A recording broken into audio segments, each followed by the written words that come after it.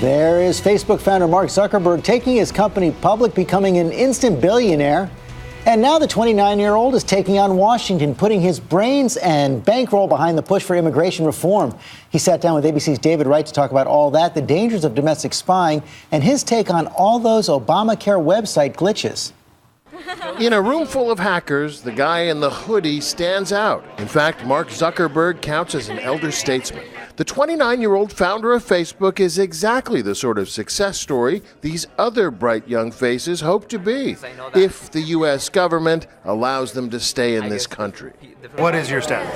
I was undocumented until I applied for deferred action. These young people are all undocumented immigrants, taking part in a 2-day hackathon organized by Forward.us, a Silicon Valley lobbying group pushing for immigration reform. Zuckerberg is one of the group's founders.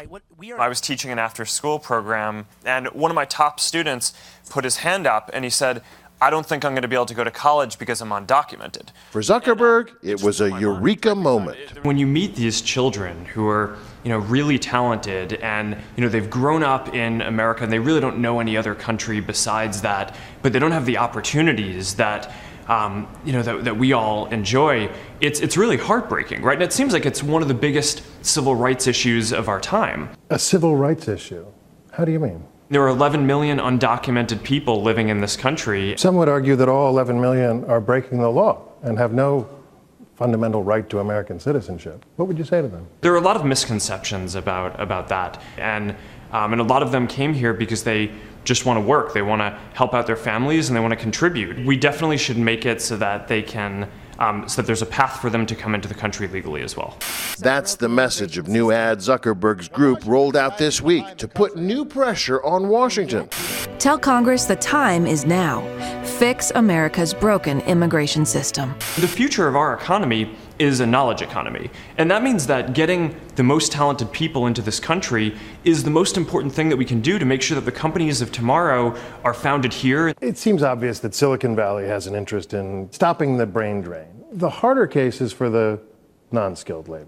And one of the things that the Dreamers here today show is that even if you're a child of someone who came here who wouldn't be considered one of the higher skilled workers, you still are probably you can be one of the entrepreneurs of tomorrow. And, that's the American dream. In practical terms, Forward.us is pushing for 3 things: more visas, especially for highly skilled workers, a pathway to citizenship for undocumented immigrants who are here, and securing the border so that in the future the only people here are here above board.